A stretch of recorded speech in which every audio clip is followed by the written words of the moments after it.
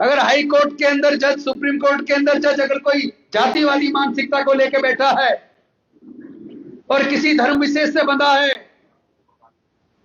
जाति और धर्म के नाम पर अपने निर्णयों के अंदर निष्पक्ष नजर नहीं आता है, ऐसे जजों के खिलाफ कार्रवाई करने की जरूरत है और वो मुख्य न्यायाधीश को करना चाहिए।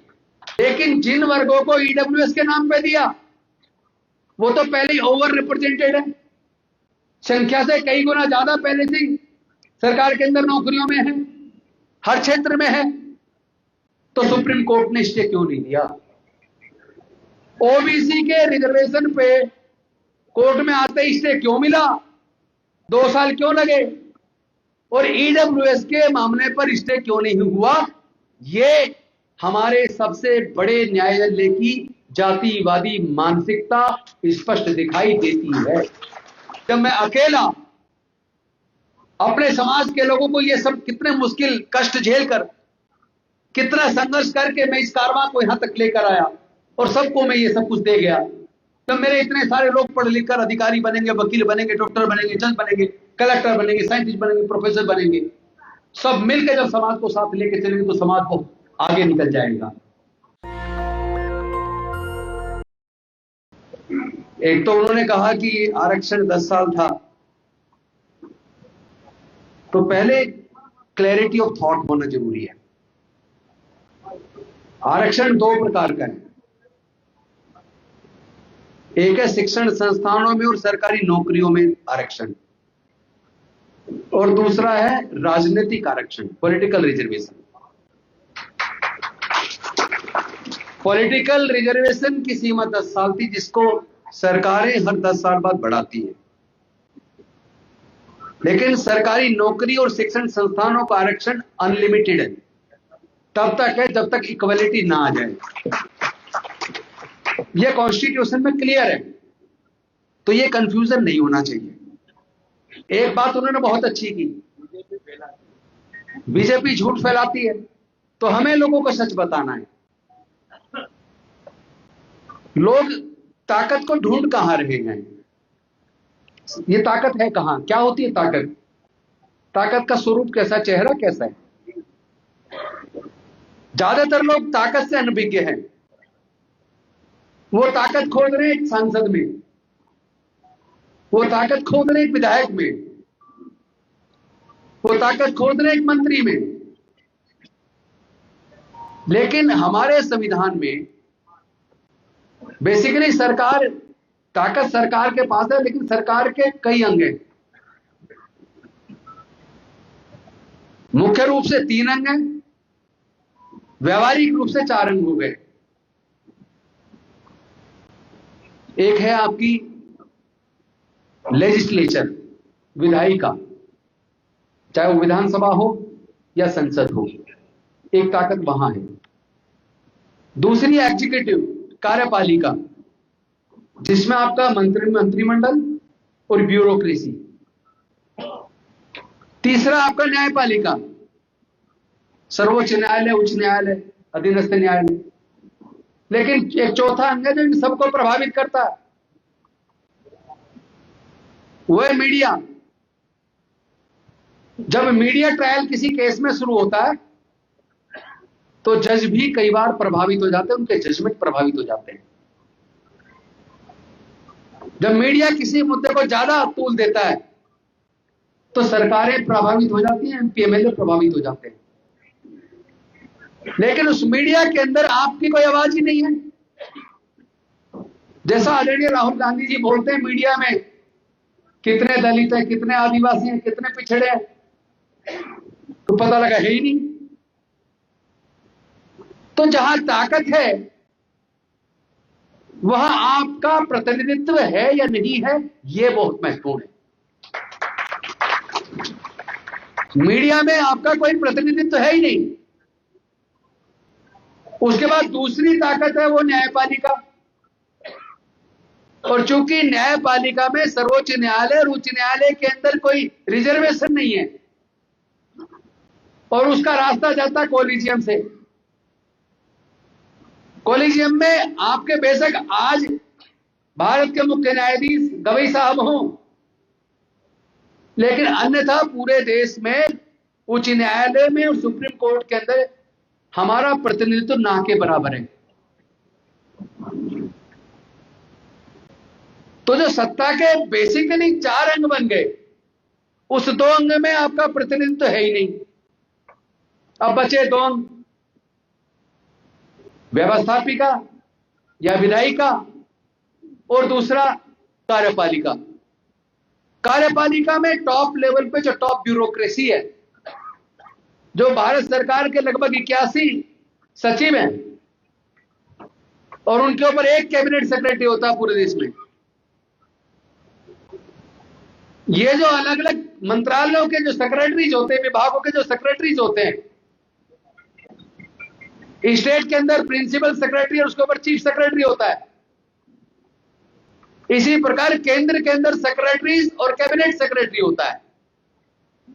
इससे ज्यादा काला अध्याय हमारे देश का क्या हो सकता है? देश को आजाद हुए 78 साल हो गए, संविधान को लागू हुए 75 साल हो गए, लेकिन आज तक एक भी cabinet secretary scheduled caste scheduled tribe का नहीं बना। एक बार केवल मौका आया था,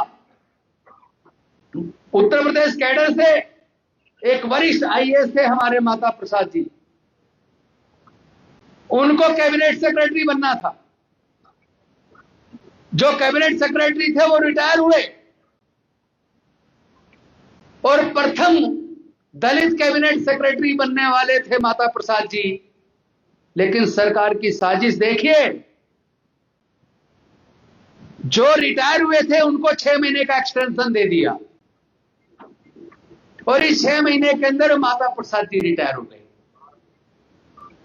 आज तक के आजाद भारत में एक ही बार मौका आया था जब कैबिनेट सेक्रेटरी कोई दलित समाज का बनने वाला था, और वो भी सीनियरिटी से बनने वाला था, काबिलियत से बनने वाला था, लेकिन उनको जातिवादी लोगों ने बनने नहीं दिया। जिस जातिवादी सोच के लोग सुप्रीम कोर्ट के अंदर जज बन गए हो,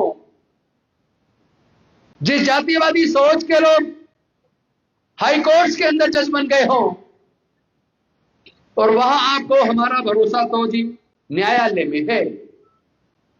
मैं आपको स्पष्ट कह रहा हूं, कंटेम्प्ट ऑफ कोर्ट हो जाए तो हो जाए, हमारा भरोसा तो न्यायालय से भी टूट रहा है।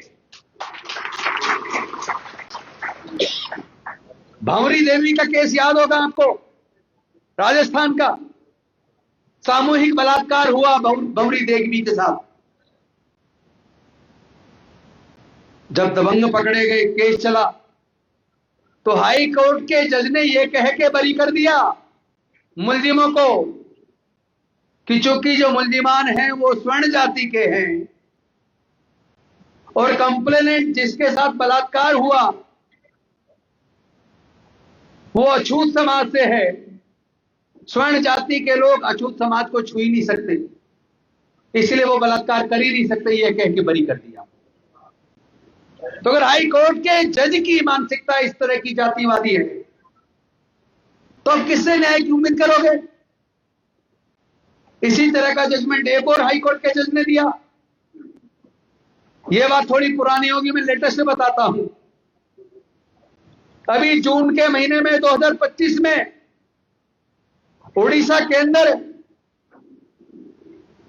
एक गांव में उत्खनन चल रहा था, माइनिंग हो रही थी। गांव उजड़ ना जाए, इसके लिए हमारे कुछ युवाओं ने, दलित भाइयों ने धरना प्रदर्शन किया।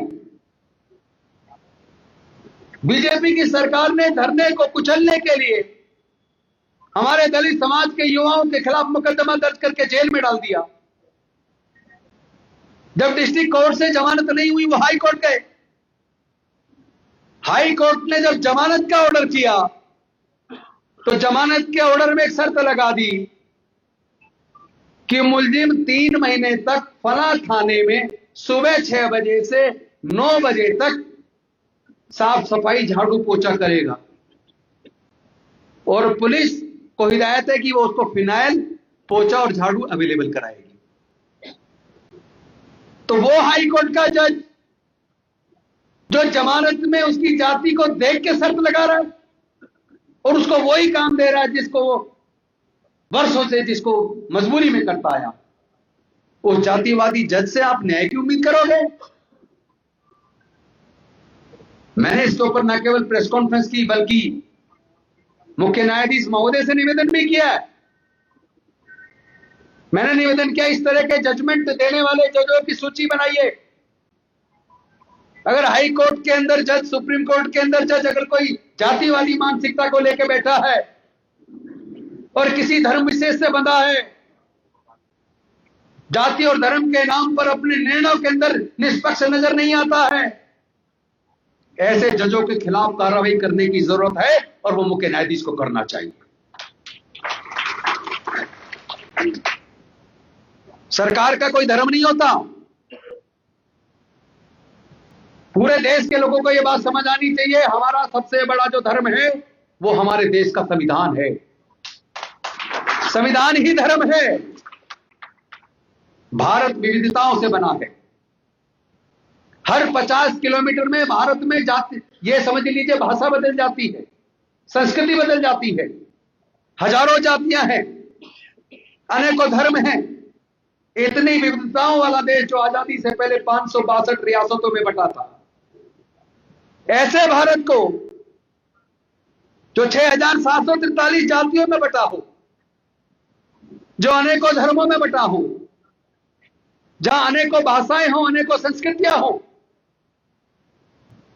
ऊपर से 562 रियासतें, उसको एकजुट करके सशक्त मजबूत राष्ट्र के रूप में तैयार करना और उसके बाद वो दोबारा से ना टूट जाए, ऐसा संविधान देना कोई बच्चों का खेल नहीं था। पूरे भारत के लोगों को धन्यवाद करना चाहिए डॉक्टर बाबा साहेब अम्बेडकर जी का।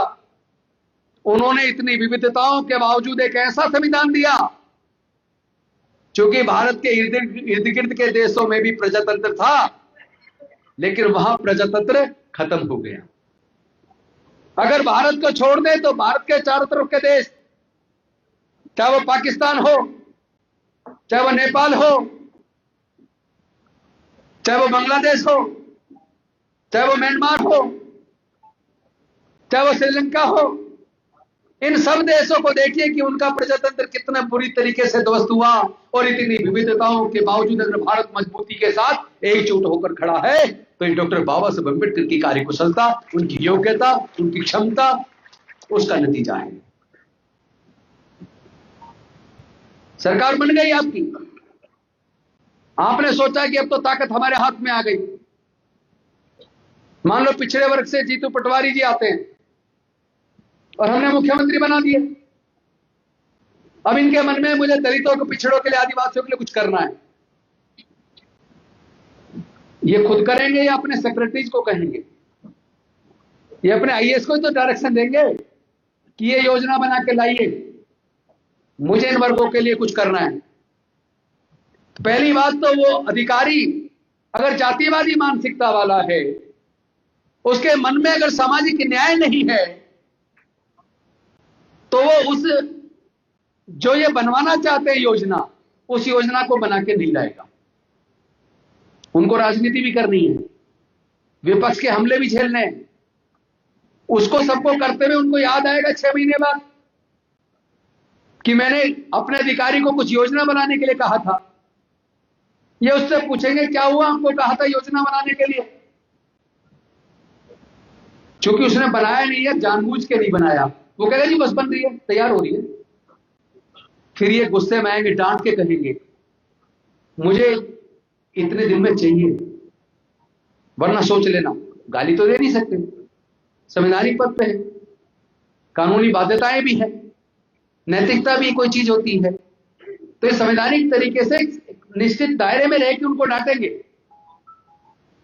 और एक टाइमलाइन कहेंगे कि मुझे विद इन टाइम चाहिए। पहली बात तो वो जब दूसरी बार इनको याद आएगा, फिर पूछेंगे तो पता लगा 3-4 महीने और निकल गए। फिर वो कहेगा, जब आपको याद आएगा, आप पूछेंगे क्या हुआ योजना का, वो कहेगा हाँ जी बन गई। बन तो गई, मेरे सामने क्यों नहीं आई? ठीक है जी, कल ला देते, लेके आएगा अगले दिन।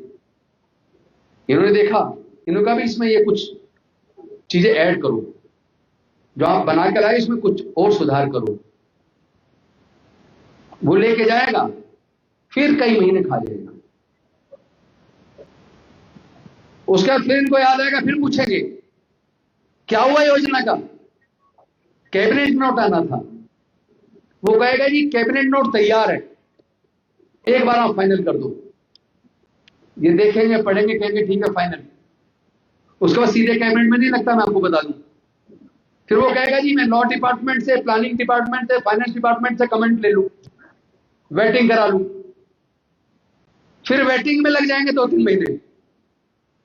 पता लगा इनके कार्यकाल का 1.5 साल चला गया, तब जाके वो कैबिनेट में आया, कैबिनेट में पास हो गया थंबिंग मेजोरिटी से। उसका नोटिफिकेशन में वो लगा देगा महीना। हमने सोचा हो गया काम, तो कैबिनेट में पास हो गया, लेकिन भाई उसका गजट नोटिफिकेशन भी होना होता है।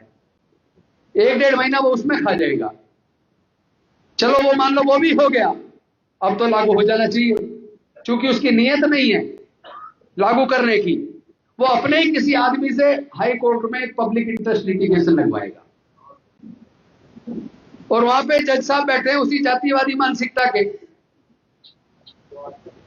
वो तुरंत स्टे कर देंगे।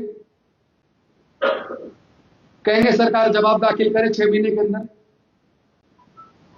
पता लगा आपका जवाब 6 महीने में दाखिल नहीं हुआ, जो अक्सर होता है, दाखिल नहीं होता। फिर टाइम मांगेगा, अल्टीमेटली जवाब दाखिल होगा, लेकिन कब में इनके 5 साल का कार्यकाल चला गया और वो स्टे खारिज नहीं हुआ तब तक। जो ये करना चाहते हैं, सत्ता भी आ गई, मुख्यमंत्री भी बन गए, कर नहीं पाएंगे, क्योंकि ताकत बटी हुई है, एक जगह नहीं है। ब्यूरोक्रेसी के पास है, जुडिशरी के पास है, लेजिस्लेचर के पास है, और उसे बीच बीच में मीडिया प्रभावित करेगा। ऐसे हालात में मैं एग्जांपल देके बताऊंगा, ऐसे ही नहीं कोई मैं हवा में बात कर रहा हूं। जीतू जी एग्जांपल दूंगा, आप भी जरा ध्यान से सुनिएगा। जब डॉक्टर बाबा साहेब अम्बेडकर आर्टिकल 340 के अंदर संविधान में पिछड़े वर्गों को भी आरक्षण साथ में ही देना चाहते थे, तो बहुत सारे संविधान सभा के सदस्यों ने कहा कि नहीं, ओबीसी का कोई डाटा नहीं है, क्योंकि एससी और एसटी की जाति की गणना होती है, ओबीसी का कोई डाटा नहीं है, इसलिए उनको अभी नहीं देना, पहले इसके ऊपर कमीशन गठित करो, उनका पूरा डाटा कलेक्ट करो, कौन सी जाति पिछड़े वर्ग में आएगी, क्या क्राइटेरिया होगा,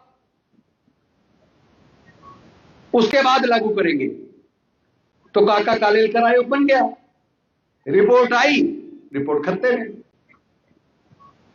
फिर 78 में बीपी मंडल जी के द्वारा, उनके नेतृत्व में चेयरमैनशिप में मंडल कमीशन बना, 80 में रिपोर्ट आई, फिर खत्ते में। फिर वीपी सिंह जी के द्वारा 7 अगस्त 1990 को, चूंकि 8 अगस्त को रैली होनी थी देवीलाल जी की, उसको भी काउंटर करना था। 7 अगस्त 1990 को शाम को मंडल कमीशन की सिफारिश से लागू करने की घोषणा करती, उसको लागू कर दिया। लेकिन ये नहीं बताया किसके लिए। पिछड़े वर्ग के ही लोग सारे रोड पर उतर के आगजनी करते रहे, विश्वविद्यालय बंद कर दिए, बसें जला दी। पिछड़े वर्ग के लिए आरक्षण है, पिछड़ा वाले की धरने प्रदर्शन कर रहा, वो राजीव गोस्वामी जला था, आपको याद होगा, पिछड़े वर्ग से था, क्योंकि उन्हें पता ही नहीं था कि आपके लिए सब सोच रहे थे, एसटी का बढ़ा दिया। गलती सरकार की थी, पहले बताना था प्रचार करके ये मंडल कमीशन किसके लिए है, इससे किसको फायदा होगा, कौन सी जातियों को फायदा होगा। लेकिन मैं उससे एक कदम आके ये रेफरेंस जानबूझ के दे रहा हूं कि एक्चुअल में हुआ क्या। उसके बाद कुछ लोग कोर्ट चले गए, कोर्ट में जाने के बाद, कोर्ट में जाते ही Indira Sahni versus union of India के नाम से केस था, वो कोर्ट ने तुरंत स्टे कर दिया, 1 मिनट नहीं लगा, स्टे कर दिया। 2 साल कोर्ट में चला। 1992 में जाकर सुप्रीम कोर्ट का जजमेंट आया, और जजमेंट आने के बाद नोटिफिकेशन होने में भी इतना टाइम लगा कि 1993 में नोटिफिकेशन होकर मंडल कमीशन का आरक्षण, मतलब मंडल कमीशन की सिफारिश से लागू हुई और पिछड़े वर्गों को आरक्षण मिला। कॉलेजों में तब भी नहीं हुआ। कॉलेजों में ओबीसी के लिए 2007 में आदरणीय अर्जुन सिंह जी ने किया। ये रेफरेंस मैं इसलिए दे रहा हूं कि जब ओबीसी को डॉक्टर बाबा साहेब अम्बेडकर आर्टिकल 340 में तभी देना चाहते थे आजादी के टाइम पे, तो ये क्वेश्चन रेज कर दिया कि उनकी अलग अलग जाति की गणना, उनका क्या बैकग्राउंड है, कौन उसमें आना चाहिए कौन नहीं आना चाहिए, इसका सर्वे नहीं है, पहले कमीशन बनाओ तब देंगे। लेकिन जब ईडब्ल्यूएस जनरल कैटेगरी को देने की बात आई, मैं पूछना चाहता हूं उस पूरे सभागार के अंदर क्या कोई कमीशन बना? नहीं बना। कोई जाति की गणना हुई कि गरीबी के रेखा में कौन आ रहा है? नहीं हुई। एक दिन के अंदर कैबिनेट में पास, दूसरे दिन लोकसभा में पास, राज्यसभा का सत्र उस दिन खत्म हो गया तो एक दिन बढ़ा दिया, स्पेशल एक दिन बढ़ा के, तीसरे दिन राज्यसभा में पास, चौथे दिन राष्ट्रपति जी के सिग्नेचरों के रात को अधिसूचना जारी होकर 4 दिन के अंदर लागू कर दिया। 4 दिन के अंदर लोग कोर्ट गए कि ईडब्ल्यूएस का क्राइटेरिया क्या है, गरीबी रेखा से नीचे कितने लोग आते हैं, कितने % लोग हैं, कोई डाटा नहीं। लोग ये इसी ग्राउंड पे कि आर्टिकल 15(4) आर्टिकल 16(4) जो कॉन्स्टिट्यूशन ऑफ इंडिया का जो रिजर्वेशन की बात करता है, प्रतिनिधित्व की बात करता है, तो उसमें कानून, भारत का संविधान कहता है those are socially and educationally backward classes they are entitled to get benefit of reservation. यानी जो सामाजिक व शैक्षणिक रूप से पिछड़े हैं उनको रिजर्वेशन के माध्यम से प्रतिनिधित्व मिलना चाहिए। लेकिन जिन वर्गों को ईडब्ल्यूएस के नाम पे दिया वो तो पहले ही ओवर रिप्रेजेंटेड है, संख्या से कई गुना ज्यादा पहले से सरकार के अंदर नौकरियों में है, हर क्षेत्र में है, तो सुप्रीम कोर्ट ने स्टे क्यों नहीं दिया? ओबीसी के रिजर्वेशन पे कोर्ट में आते ही स्टे क्यों मिला? 2 साल क्यों लगे? और ईडब्ल्यूएस के मामले पर स्टे क्यों नहीं हुआ? ये हमारे सबसे बड़े न्यायालय की जातिवादी मानसिकता स्पष्ट दिखाई देती है।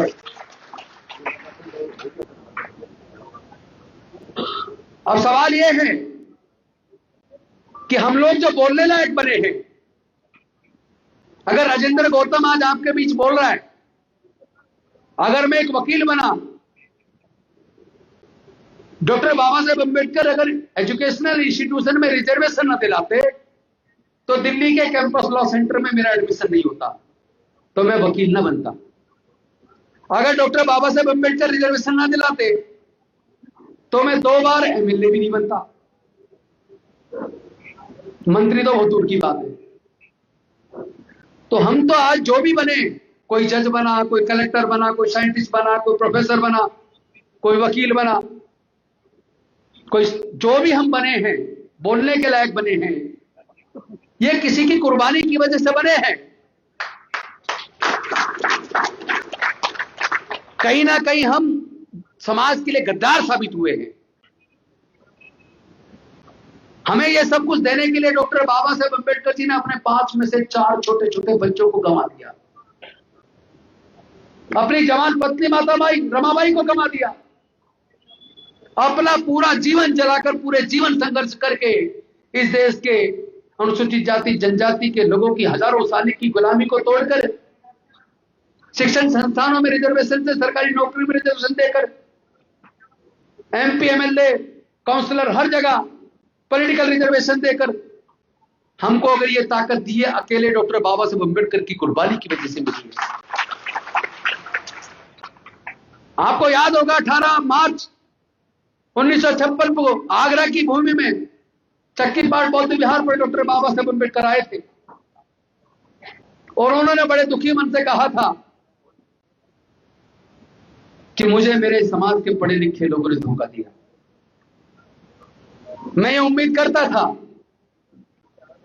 कि लोगों का मौका मिलेगा, पढ़ेंगे लिखेंगे, नौकरी में आएंगे, फिर मेरे समाज के लोग इस पूरे मूवमेंट को लेकर आगे जाएंगे। जब मैं अकेला अपने समाज के लोगों को ये सब कितने मुश्किल कष्ट झेलकर, कितना संघर्ष करके मैं इस कारवां को यहां तक लेकर आया और सबको मैं ये सब कुछ दे गया। जब मेरे इतने सारे लोग पढ़ लिख कर अधिकारी बनेंगे, वकील बनेंगे, डॉक्टर बनेंगे, जज बनेंगे, कलेक्टर बनेंगे, साइंटिस्ट बनेंगे, प्रोफेसर बनेंगे, सब मिलकर जब समाज को साथ लेके चलेंगे तो समाज को आगे निकल जाएगा। लेकिन ऐसा हुआ नहीं। जो जो लोग आगे बढ़े वो अपने परिवार तक सीमित हो गए। इस लड़ाई को जिस दिशा में लेके जाना था वो नहीं कर पाए। इसी वजह से डॉक्टर बाबा साहेब अम्बेडकर का मन दुखी था और उन्होंने कहा था कि मेरे अनुयायियों से मैं ये उम्मीद करता हूं कि मैं बड़े कष्ट से, बड़ी मुसीबतों से इस कारवां को यहां तक लेकर आया हूं। आप लोग इस कारवां को आगे लेकर जाना और अगर आगे ना ले जा सको तो कम से कम इसे यहां रोक के रखना, इसे पीछे मत जाने देना। आज वो कारवां पीछे चला गया है, क्योंकि जब भारत आजाद हुआ, भारत गरीब था, सरकार कांग्रेस की थी। उस गरीब भारत के अंदर शिक्षा लगभग फ्री थी। गरीबी से गरीबों के बच्चे भी पढ़ के वजीफे का लाभ उठाकर डॉक्टर, इंजीनियर, साइंटिस्ट, प्रोफेसर बड़ी बड़ी ऊंची कुर्सियों तक पहुंचे। जब भारत गरीब था तब की बता रहा हूं, तब इतना स्कॉलरशिप, वजीफा मिल जाता था कि वजीफे के पैसे से पढ़ के लोग चीफ इंजीनियर तक की कुर्सी पर पहुंचे। माँ बाप कर्ज लेके एडमिशन कराते थे, लेकिन वजीफे का पैसा मिलता था, उसी से कर्ज भी चुका देते थे, 2-3 जोड़ी कपड़े भी सिलवा देते थे और पूरे साल भर का खर्चा पढ़ाई का वजीफे के पैसे से ही आदमी आगे बढ़ जाता था। लेकिन एक भारत आज का है, वो भारत कांग्रेस के टाइम का था। ये ध्यान रखना कि वजीफा भी अगर इतना मिल जाता था कि हम पढ़ लिख के आगे बढ़ जाते थे, या जो भी कुछ डॉक्टर बाबा साहेब अम्बेडकर देकर गए वो तो 1956 में महापरिनिर्वाण को प्राप्त हो गए। उनकी योजना आगे किसने बढ़ाई? अगर नीयत खराब होती तो उनके जाने के बाद वो योजनाएं बंद हो जाती। डॉक्टर बाबा साहेब अम्बेडकर जी ने जो दिया, अगर उसको इफेक्टिव तरीके से लागू करने का काम किया तो कांग्रेस ने किया और बाबू जगजीवन राम जी ने उसका नेतृत्व किया। आज जब भारत अमीर हो रहा है, कह रहे हैं 5 ट्रिलियन की इकोनॉमी होने वाली है। ये कैसी 5 ट्रिलियन की इकोनॉमी है भाई? कैसी अमीरी है कि आज शिक्षा इतनी महंगी हो गई है कि देश में दलितों, आदिवासियों, पिछड़ों और माइनॉरिटी के लोगों से तो पढ़ाई छिन गई है। चूंकि एक वो सरकार थी जिसने गांव गांव में स्कूल खोला, उसने देखा कि लड़कियां पढ़ाई छोड़ रही हैं, दलितों के बच्चे पढ़ नहीं पा रहे, 5वीं 8वीं तक पढ़ाई छोड़ देते हैं। क्या कारण है? सर्वे करा तो पता चला कि स्कूल बहुत दूर है। तो कांग्रेस ने कहा अगर दूर है इसलिए छोड़ रहे हैं तो हम गांव गांव में स्कूल खोल देते हैं। गांव में, गांव के नजदीक स्कूल खुले तो हमारे लोग पढ़ने लगे, ज्यादा मात्रा में पढ़ने लगे। यहां तक कि लड़कियां पायलट बनने लगी, इंजीनियर बनने लगी, साइंटिस्ट बनने लगी, प्रोफेसर बनने लगी। एक वो सरकार थी जिसने शिक्षा को लगभग फ्री रखा, गांव गांव तक स्कूल खोले। एक आज की ये 11 साल की सरकार है, पिछले 11 साल के अंदर 1 लाख से ज्यादा सरकारी स्कूल बंद हो गए।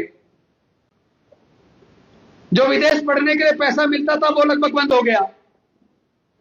जो हायर एजुकेशन के लिए वजीफा मिलता था वो लगभग वो बंद हो गया। जो उस समय की सरकार ने special component plan fund, tribal सब प्लान फंड बनाया, बजट में प्रोविजन किया, वो फंड भी लगभग बंद हो गया। 19 जुलाई 1969 को 14 बड़े बैंकों को इंदिरा जी ने राष्ट्रीयकरण करके सरकार के कब्जे में ले लिया। लाखों हमारे लोगों को बैंकों में नौकरी मिली, इंश्योरेंस कंपनियों में नौकरी मिली। सैकड़ों उन्होंने पीएसयूज बनाए, लाखों लोगों को पीएसयूज में नौकरी मिली। एक आज की सरकार है सारे पीएसयूज को बेचने का काम कर रही है। एयर इंडिया बेच दिया, बंदरगाह बेच दिए, एयरपोर्ट बेच दिए, रेलवे आधे से ज्यादा बेच दिया, पीएनटी लगभग बंद, एमटीएनएल बंद, बीएसएनएल बंद, गैस कंपनियां बेच दी, पेट्रोलियम कंपनियां बेच दी, आईटीडीसी के होटल बेच दिए, बाल्को बेच दिया, नाल्को बेच दिया, एक एक करके भारत सरकार के वो सारे उपक्रम जो कांग्रेस ने बनाए थे, जिसमें हमारे अब तक करोड़ों लोगों को नौकरियां मिली थी, वो सारे प्राइवेटाइज कर दिए और हमारे नौकरी के रास्ते भी बंद कर दिए। आज अगर सरकारी इंजीनियरिंग कॉलेज में भी आपका एडमिशन आपका हो जाता है, एग्जाम पास हो जाता है, पहले बात तो कोचिंग के लिए आपको 2-3 लाख 4 लाख खर्च करना पड़ेगा, चाहे वो लॉ में एडमिशन लेना हो, चाहे इंजीनियरिंग में लेना हो, चाहे मेडिकल में लेना हो, चाहे मैनेजमेंट में लेना हो। हर चीज के लिए रिटर्न एग्जाम है, कंपटीशन है। रिटर्न एग्जाम की तैयारी कई लाख रुपए खर्च होते तब होती है, और अगर बच्चा बहुत काबिल है, कंपटीशन में पास हो जाता है, उसका नंबर आता है।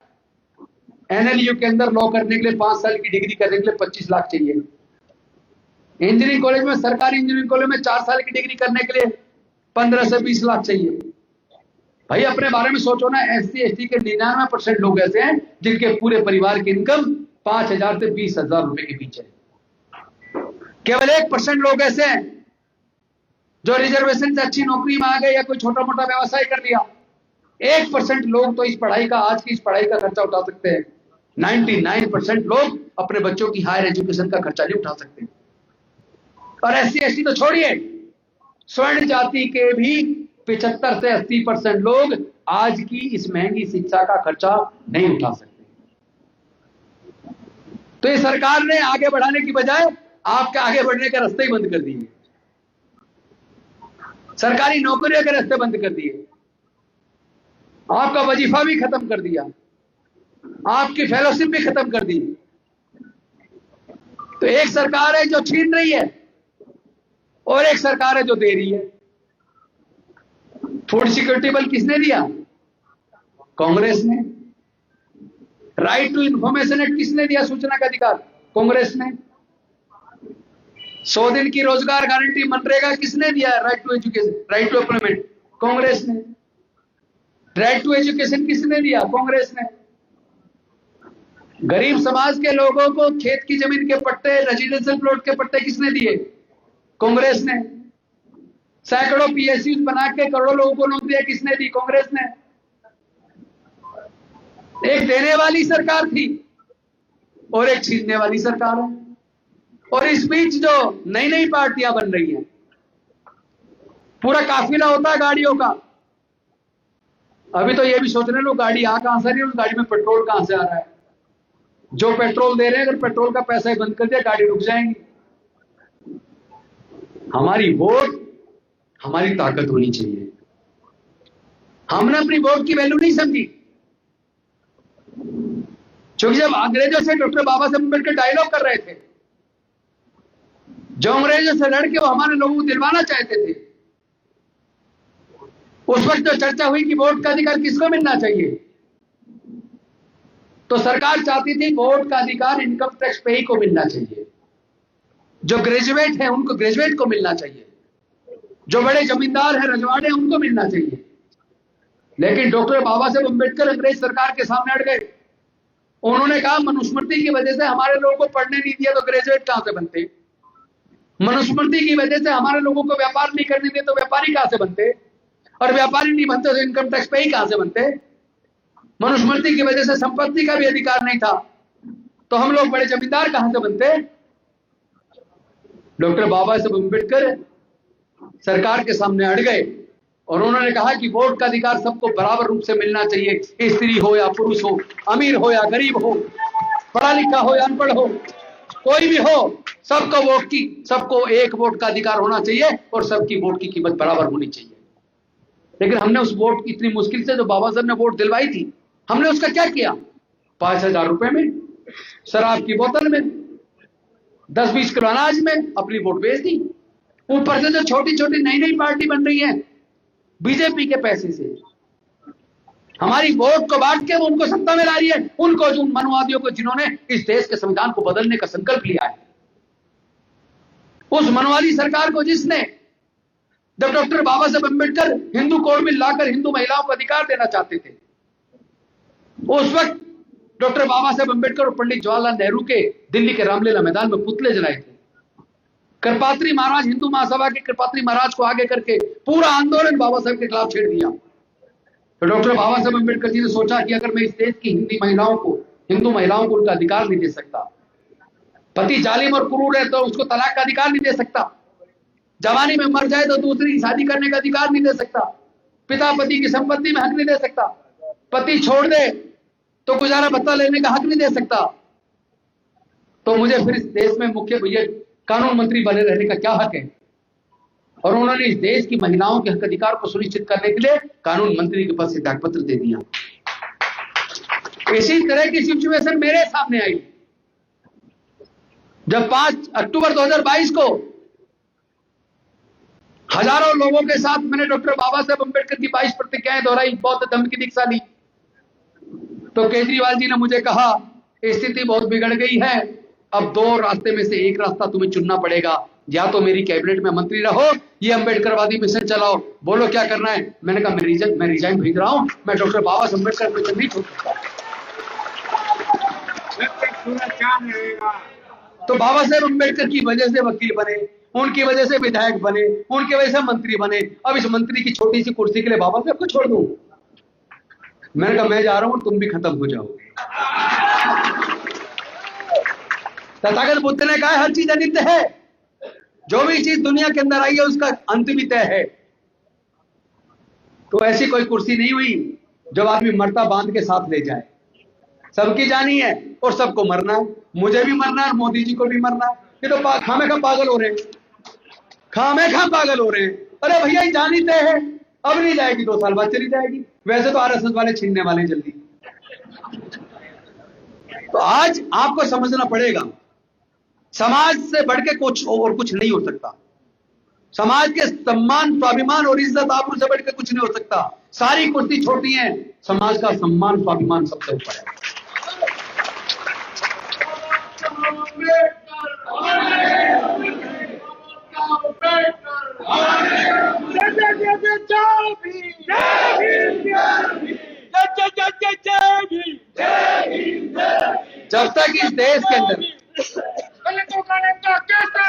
जब तक इस देश के अंदर कांग्रेस के साथ दलित और माइनॉरिटी रहा तो कांग्रेस मजबूत रही। बाबू जगजीवन राम जी की अनदेखी हुई, एक ऐसा अविश्वास का वातावरण बना, धीरे धीरे इस देश का दलित कांग्रेस से अलग हुआ और कांग्रेस कमजोर हो गई। जो पूर्ण बहुमत से होती थी वो दूसरी पार्टियों के सहयोग से पे आ गई। लेकिन आपको सिर्फ ये अंतर करना है, राजेंद्र गौतम का कहना मत मानना, क्योंकि मुझे तो तथागत बुद्ध की बात याद आती है जब वो महापरिनिर्वाण के एकदम पहले की बात है, वो लेटे हुए थे, उनका अंतिम समय था। भंते आनंद ने कहा तथागत अब हमारा क्या होगा? उन्होंने कहा अत्त दीप भव, अपना दीपक स्वयं बनो। और दूसरी बात तथागत बुद्ध ने कही, किसी बात को इसलिए मत मानना कि मैं कह रहा हूं, किसी बात को इसलिए भी मत मानना कोई बहुत बड़ा विद्वान कह रहा है, बहुत बड़ी धार्मिक ग्रंथ में लिखी है। किसी बात को मानने से पहले जांचो परखो, अपनी बुद्धि और विवेक से तर्कपूर्ण तरीके से कसके देखो, परीक्षण करके देखो, उसके बाद अगर जो कही गई बात आपको लगती है ठीक है तब मानो। तो आज मैं आपको कह रहा हूं कि कांग्रेस को वोट दो, तो मेरे कहने से मत देना। आप इस बात में अंतर करो कि अब तक जितनी सरकारें रही हैं, कांग्रेस की सरकार और बीजेपी की सरकार, दोनों के सरकार के कार्यकाल का चिट्ठा निकाल लो। किस सरकार ने हमारे दलित, पिछड़े, आदिवासी, वंचित वर्ग को क्या दिया और किस सरकार ने उनसे सब कुछ छीन लिया। अगर उसके बाद आपको लगे कि केवल कांग्रेस के टाइम तक ही हमारे लोग आगे बढ़ पाए, उसने ही हमारे लिए विकास की योजना बनाई, उसी कांग्रेस की सरकार ने डॉक्टर बाबा साहब अम्बेडकर के विचार को आगे बढ़ाया, बाबा साहब के दिए हुए रिजर्वेशन को इफेक्टिव तरीके से लागू किया, और बीजेपी की सरकार ने वो सारा धीरे धीरे छीन लिया। हमारे वाइस चांसलर नहीं है, हमारे डीन नहीं है, रजिस्ट्रार नहीं है। यूथ का निर्माण कॉलेजों से होता है, कॉलेजों के अंदर पूरी मनुवादी व्यवस्था कब्जा कर चुकी है। न्यायालयों के अंदर मनुवादी व्यवस्था कब्जा कर चुकी है। इलेक्शन कमीशन काफी हद तक दिखता उनकी जेब में है, सारी जांच एजेंसियां लगभग उनकी जेब में है। विपक्ष को डराया जा रहा है, धमकाया जा रहा है। ऐसे में संविधान बचेगा कैसे? वो तो शुक्र समझो डॉक्टर बाबा साहेब अम्बेडकर के मत वालों ने भारतीय जनता पार्टी के सपनों को चूर चूर कर दिया, वरना अगर 400 पार आ जाती तो बाबा साहब का संविधान खत्म हो जाता।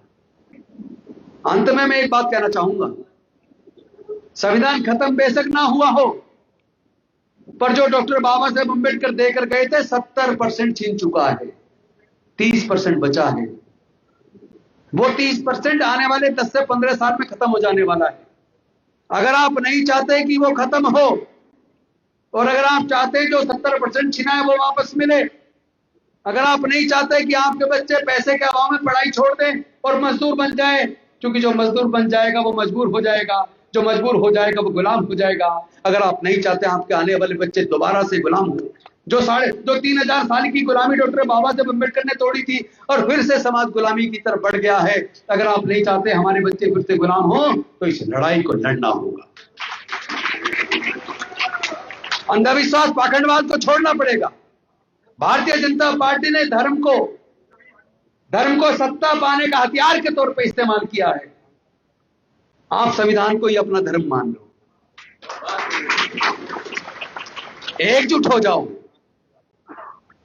धार्मिक अंधेपन की जरूरत नहीं है, आंखें खोलो, अंधविश्वास पाखंडवाद को छोड़ दो, अपने बच्चों के भविष्य के लिए सोचना शुरू करो। आपका अच्छा कहां है, बुरा कहां है, किस पार्टी को वोट देने से आपका वोट डायरेक्ट या इनडायरेक्ट बीजेपी के पास जाने वाला है,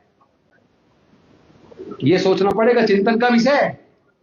किसी को अच्छा लगे या बुरा लगे, आज दलित, पिछड़े, आदिवासी, वंचित वर्गों की कोई आवाज उठाने वाला, सामाजिक न्याय के उनकी आवाज को बुलंद करने वाला, उनकी लड़ाई को लड़ने वाला कोई दलित लीडर हो तो बता दो मुझे, आज कोई आदिवासी पिछड़े वर्ग का लीडर हो तो बता दो।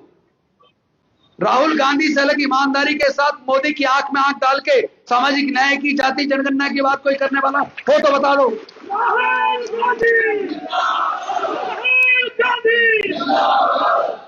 ये जो तेलंगाना में जो जाति की गणना हुई है, इसमें 41 तरह के पैरामीटर रखे गए। ये केवल जाति की गणना नहीं है, इसमें इस बात की भी गणना हो रही है किस आदमी के पास खेत की जमीन है, किसके पास नहीं है, किस परिवारों के बच्चे पढ़ाई बीच में छोड़ रहे हैं, किस कारण से छोड़ रहे हैं, किन जातियों में लोग व्यापारी हैं, किस जाति में कोई भी व्यापारी नहीं है, कितने लोग ग्रेजुएट है, कितने पोस्ट ग्रेजुएट है, कितने प्रोफेशनल है, कितने बीच में पढ़ाई छोड़ दी। ये पूरा एक तरह का एक्सरे होने वाला है। जैसे कोई व्यक्ति बीमार हो जाता है, डॉक्टर दवाई देता, ठीक नहीं होता, तो फिर डॉक्टर जांच कराता है ना, एक्सरे कराएगा, ब्लड टेस्ट कराएगा, यूरिन टेस्ट कराएगा। वो इसलिए कराता है ताकि बीमारी का कारण जान ले, और कारण जान लेगा तो इलाज कर देगा। तो सरकार को अगर वास्तव में ईमानदारी से दलित, पिछड़े, आदिवासी, वंचित वर्गों की बीमारियों का इलाज करना है, तो ये जाति की गणना, सोशियो इकोनॉमिक एजुकेशनल सर्वे करके डाटा इकट्ठा करना जरूरी है। जब ये डाटा इकट्ठा हो जाएगा तो सरकार को योजना बनाने में मदद मिलेगी कि कौन सी जाति, कौन से समूह पीछे रह गए, किन कारणों से पीछे रह गए, आगे लाने का क्या तरीका होगा, तब योजना बनेगी। तो साथियों, आज पूरे देश के अंदर, संसद के अंदर भी, संसद के बाहर भी 4000 किलोमीटर से ज्यादा यात्रा करके, मजदूरों से मिलके, किसानों से मिलके, मोची से मिलके, राजमिस्त्री से मिलके, कुली से मिलके, कारपेंटर से मिलके, मैकेनिक से मिलके, सबके दर्द को जानने का काम आदरणीय राहुल गांधी जी ने किया, और जानने के बाद इलाज भी खोज लिया है। लेकिन इलाज तो तब करेंगे जब सत्ता में आएंगे, और सत्ता में तब आएंगे जब हमारा दलित, पिछड़ा, आदिवासी, वंचित और माइनॉरिटी के लोग जो बिखर गए हैं, जब वो एकजुट होकर आदरणीय राहुल गांधी की ताकत बनेंगे तो सत्ता भी आएगी और फिर न्याय भी होगा। तो लड़ाई सामाजिक न्याय की है। ऐसे नेता बार बार पैदा नहीं होते। अगर आज हमने आदरणीय राहुल गांधी जी का साथ नहीं दिया, हमारे बच्चे आने वाले समय में हमें कोसेंगे कि जब सामाजिक न्याय की लड़ाई लड़ी जा रही थी, तुम छोटी मोटी पार्टियों में गलियों में घूमते चल रहे थे, मजे ले रहे थे, दारू में इधर उधर चले गए, और आज समाज की बर्बादी हो गई, हमें फिर से गुलाम बना दिया। ये सब तुम्हारी वजह से हुआ है। अगर तुम अपने बच्चों की आंखों के सामने शर्मिंदा नहीं होना चाहते, उनकी आंखों में आंख डाल के बात करना चाहते हो, तो बच्चों के हक अधिकार के लिए आपको एकजुट होकर पूरी ताकत का निर्माण करना होगा, सामाजिक शक्ति का निर्माण करना होगा। और सामाजिक शक्ति का इस्तेमाल समाज के हित के लिए, जो पार्टी समाज को न्याय देने के लिए मजबूती के साथ संसद के अंदर भी, संसद के बाहर भी लड़ने को तैयार हो, उसके साथ कंधे से कंधा मिला के खड़ा होना पड़ेगा, तब तो जीत होने वाली है। वरना हार निश्चित है, गुलामी निश्चित है। हम लड़ेंगे, हम जीतेंगे। जय जय जय जय जय भीम। नेशनल दस्तक की आपसे गुजारिश है कि अगर इसको बचाना चाहते हैं तो नेशनल दस्तक को सब्सक्राइब करने के लिए रेड कलर के सब्सक्राइब बटन को दबाएं, फिर बेल आइकन की घंटी दबाएं। नेशनल दस्तक को बचाने के लिए बहुत जरूरी है कि हर खबर को शेयर करें, लाइक करें, कमेंट जरूर करें।